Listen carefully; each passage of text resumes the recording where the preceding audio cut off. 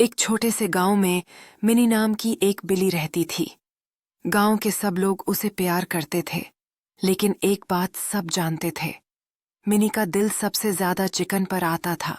एक दिन गांव के हामिद चाचा ने ताजा ताजी बिरयानी बनाई। चावल की खुशबू गली गली फैल गई। मिनी ने नाक सूंघी और सोचा आज तो दावत है, बस मेरे लिए।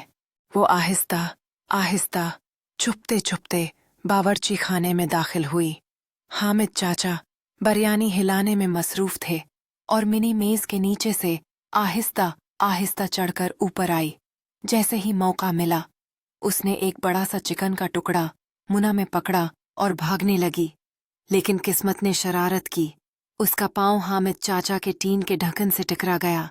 टन टन टन आवाज आई। चाचा ने मुड़कर देखा, अरे ओ मिनी, चोरनी।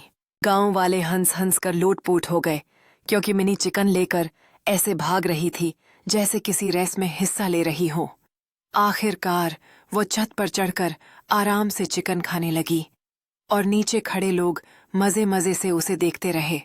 उस दिन के बाद गांव वाले उसे प्यार से चोरनी मिनी कहने लगे।